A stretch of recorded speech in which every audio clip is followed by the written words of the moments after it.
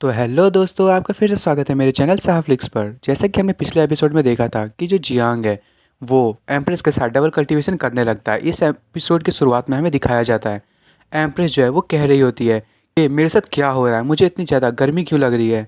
और वो जो है जियांग को किस करने लगती है और वो कह रही होती है कि ये किस तरीके की युवान पावर है, ये कितनी ज़्यादा डरावनी है। ऐसा लग रहा है कि ये मेरी पूरी की पूरी बॉडी में घूम रही है और धीरे धीरे मेरी जो बॉडी है उसे गर्म करती जा रही है।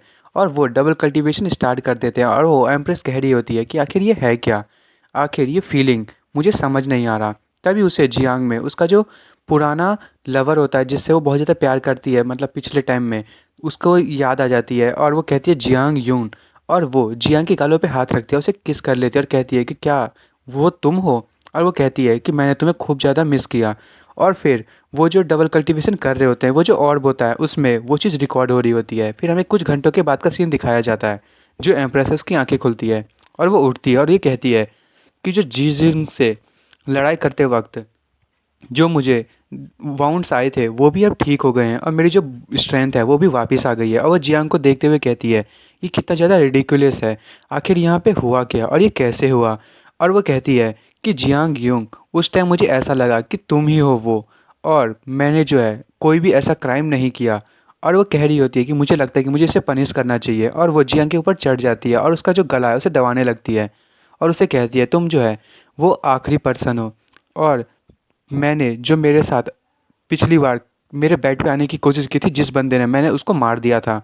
और वो जियांग का गला दबाते हुए कह रही थी कि ये तुम्हारी हिम्मत कैसे हुई मुझे ऐसे ट्रीट करने की, तुम्हें जो है वो डेथ से भी ज़्यादा बुरी मौत मिलनी चाहिए। और वो जियांग का गला कंटिन्यूसली दबाई जा रही होती है। तभी वो कहती है कि पर मैं जानती हूँ कि तुम जो हो, तुम उसे ज़िंदा रखना चाहते, यदि तुम जियांग हो जिंदा होते। और उसे उसी के पुराने साथी की याद आ रही होती है। और वो कहती है कि यदि इसने कोई बड़ा सा बड़ा जो गलती भी कर दी होती और मुझे कितना भी ज़्यादा उसने डिसरिस्पेक्ट किया होता, पर फिर भी तुम चाहते कि तुम इसे ना मारो। और फिर वो जियांग का और तेज़ी से गला दबाने लगती है और ये कहती है कि वैसे भी तुम्हारा जो हार्ट है वो बहुत ही ज़्यादा अच्छा था और बहुत ही ज़्यादा साफ था। तुम जो थे वो मुझसे ज़्यादा ईस्ट चाइना सी के जो डीमंस है उनको मारने पे ध्यान देते थे। और तभी वो उस बच्चे को देखते हुए, यानी कि जियांग को देखते हुए कहती है कि ये जो बच्चा है वो उसने डीमन लॉकिंग टावर है उसको मैनिपुलेट कर लिया, और यही है जो जीजिंग है उसको डिस्ट्रॉय कर सकता है। और मैं जो हूँ इसे नहीं मार सकती क्योंकि मैं एक एम्परर हूँ, मुझे पहले अपने लोगों के बारे में सोचना होगा। और वो जियांग का गला दबाना छोड़ देती है और कहती है कि जब तक मैं एम्प्रेस हूँ मैं इस बच्चे को नहीं मार सकती। और वो जो वुल्फ होता है ऊपर में, वो उसे देख के कहता है एम्प्रेस सिया, ये तो हमेशा लोगों को बिना सोचे समझे कैसे भी मार देती थी, पर आज आज मैंने इसका कितना अजीब सा साइड देखा। तभी जो एम्प्रेस है वो गुस्से में कहती है कि जल्दी से नीचे आओ। और वो जो वुल्फ है वो तुरंत ही नीचे आ जाता है। वो कहता है मैंने मैंने कुछ भी नहीं देखा, मैं कुछ भी नहीं जानता। और वो बहुत ज़्यादा काँप रहा होता है। तभी एम्प्रेस जो है वो अपनी पावर को रिलीज़ करती है और कहती है कि तुम्हारी हिम्मत कैसे हुई वहाँ छुपने की। और जो वुल्फ है वो कहता है कि ये तो बहुत ज़्यादा ताकतवर हो गई है, ये जब अंदर आई थी तब वो इतनी ज़्यादा ताकतवर नहीं थी। और जो एम्प्रेस है वो भी कह रही होती है कि जो भी चीज़ तुमने देखा उसे भूल जाओ, बस तुम्हें एक ही चीज़ याद रखनी है। और जो वुल्फ है वो मन में सोच रहा होता है आखिर आखिर ये है क्या। और जो एम्प्रेस है वो भी सोच रही होती है कि क्या ये डबल कल्टीवेशन के कारण मेरी स्ट्रेंथ वापस आई है। तभी वुल्फ कहता है कि ठीक है। और जो एम्प्रेस है वो कहती है कि जब ये बच्चा जाग जाए तो इसे कहना कि डीमन टावर जो है उसका जो लॉक है उसको निकाल के और ईस्ट चाइना सी की तरफ आए और मुझे ढूंढे। और उससे ये कहना कि यदि जब तक ये वो ढूंढ के मेरे पास नहीं आया तो उसके साथ अच्छा नहीं होगा। वुल्फ जो है वो कहता है कि ठीक है। और वो कहती है कि साथ में उसे ये भी कह देना कि यदि तुम भागने की कोशिश किया तुमने तो मैं तुम्हें मार दूंगी। और वो जो ऑर्ब होता है जिसमें उनकी डबल कल्टीवेशन सारी रिकॉर्ड हो गई होती है वो उसे तोड़ देती है और वो कहती है कि ये जो ड्रीम है अब ये ड्रीम टूट चुका है। फिर कुछ टाइम के बाद जो जियांग है उसे होश आने लगता है। वो कहता है मेरी गर्दन वो दर्द हो रही है। और वो कहता है कि आखिर आखिर यहाँ पे हुआ क्या मेरे साथ, आखिर हुआ क्या। तभी उसे याद आने लगता है कि उसने जो है कई सारे बीस्ट को मारा था और उसको ऐसा लग रहा होता है कि उसके ऊपर जो है वो बहुत ही ज़्यादा बर्डन हो गया और उसकी जो बॉडी है वो एकदम ख़त्म हो गई है। और वो कह रहा होता है कि मुझे तो लगा था कि मेरी जो बॉडी है उस पावर से बर्स्ट हो जाएगी और मैं मर जाऊँगा, फिर मैं बचा कैसे। तभी उसे याद आने लगता है कि उसने जो एम्प्रेस है उसके साथ जो डबल कल्टीवेशन की थी और उसकी नोज़ ब्लीडिंग स्टार्ट हो जाती है। और वो कहती है क्या मैंने वो एम्प्रेस सिया के साथ किया। तभी जियांग कहता है ये ख़त्म हो गया, अब वो जो एम्प्रेस है वो यहाँ से चली गई, अब मैं क्या करूँगा। और वो कहती है मेरी जो वाइफ़ है वो अभी भी सोल पैलेस में होगी, मुझे लगता है उसके पास जाना होगा, नहीं तो वो बहुत ज़्यादा गुस्सा हो जाएगी। और तभी जियांग सोल पैलेस में जाते हुए दौड़ते हुए कहता है हनी, और वो एकदम स्लाइड मारते हुए वहाँ जो बेड होती है वहाँ पे आ जाता है। वो कहता है प्लीज़ फॉरगिव मी हनी, मुझे माफ़ कर दो, मेरा जो था वो कंट्रोल नहीं था मुझ पे, मुझे माफ़ कर दो। पर तभी उसे नोटिस करता है वो कि वहाँ पे जो है वो रुकसी नहीं होती, और वो ये देख के शॉक हो जाता है। फिर वो इधर उधर ढूंढने लगता है और वो कहता है कि ये वो गई कहाँ, वो तो यहाँ नहीं है। तभी वो अपनी लाइफ मतलब रियल वर्ल्ड में वापस आ जाता है और कहता है कि टावर स्पिरिट जल्दी से मुझे बताओ।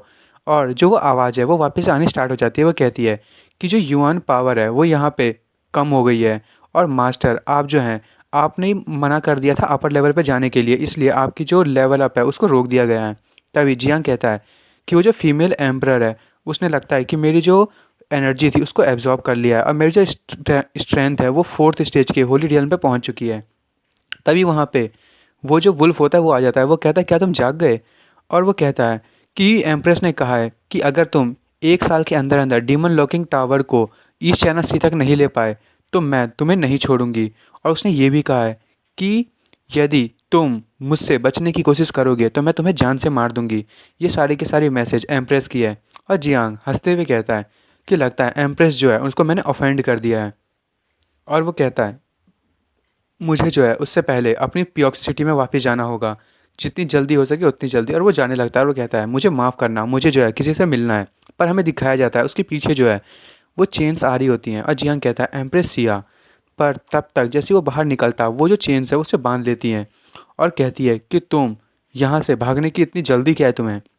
तभी हमें उसी लड़की को दिखाया जाता है जो कि एम्प्रेस की मेड टाइप की होती है, और वो एम्प्रेस से कह रही होती है योर मैजेस्टी, क्या आप इतनी जल्दी वहाँ से आ गई, क्या वो बंदा मर चुका है? तभी वो जो मतलब एम्प्रेस है वो कहती है हाँ। और वो मतलब सर्वेंट कहती है कि तभी मैं सोचूं आप इतनी जल्दी कैसे आ गई।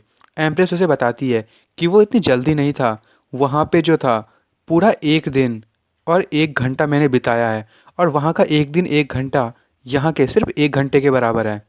और वो जो सर्वेंट होती है वो कहती है ये कितनी बेकार बात है, और क्या आप सैडो रक्षास के पास वापस जाने वाली हैं और हमारी जो कंट्री है उसे वापस से जगाएंगी? तभी वहाँ पे एक बहुत बड़ा धमाका होता है। उसे देख के जो सर्वेंट होती है वो बहुत ज़्यादा शॉक हो जाती है। वो कहती है ये क्या है? तभी वहाँ पे एक बंदा होता है और वो कह रहा होता है कि जल्दी से सबको यहाँ पे ढूंढो और सबको मार दो।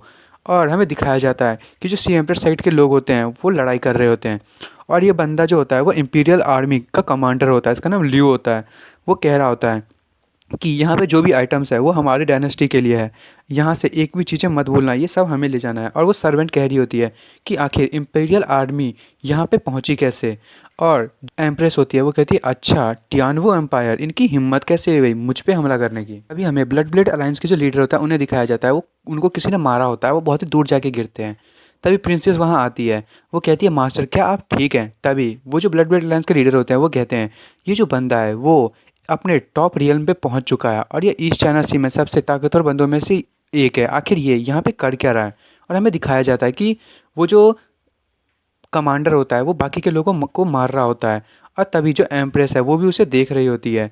और जो सी एम्प्रेस सेक्ट का लड़का होता है वो कहता है कि तुम जो हो सी एम्पर क्लैन के ही हो, तुम्हें जो है तियानवे कॉन्टिनेंट में रहने के लिए हम लोगों ने ही इजाज़त दिलवाई थी, और तुम सिर्फ बीस्ट को मारने के लिए ही रहते हो। आखिर तुम्हारे पास इतनी सारी अचीवमेंट्स आई कैसे, और तुम्हारी हिम्मत कैसे हुई हम लोगों को रोकने की? हमें जाने दो, नहीं तो जो ईस्ट एम्पर सेक्ट है वो तुम्हें कभी भी जिंदा नहीं छोड़ेगी। तभी वो कमांडर कहता है अच्छा नॉनसेंस की बातें मत करो, तुम लोग जो वो वैसे भी सबको लग रहा है कि तुम टॉम में जो है वो ट्रैप हो गए हो, और ये सारी की सारी चीज़ें अब टियानवे एम्पायर की है, कोई भी न्यूज़ यहाँ से बाहर जा ही नहीं सकती। और वो कह रहा होता है कि ये जो मेरे पास हथियार है वो कोई मामूली नहीं है, मैं ऐसी कमांडर नहीं बना। और दोस्तों मैं जो हूँ इस एपिसोड को यहीं ख़त्म कर रहा हूँ। अब अगले एपिसोड में देखेंगे ये जो कमांडर है वो आखिर बाकी के लोगों के साथ क्या करेगा। और दोस्तों आपको मेरी वीडियो पसंद आई हो तो मेरी वीडियो को लाइक एंड सब्सक्राइब करना ना भूलें। Thank you for watching.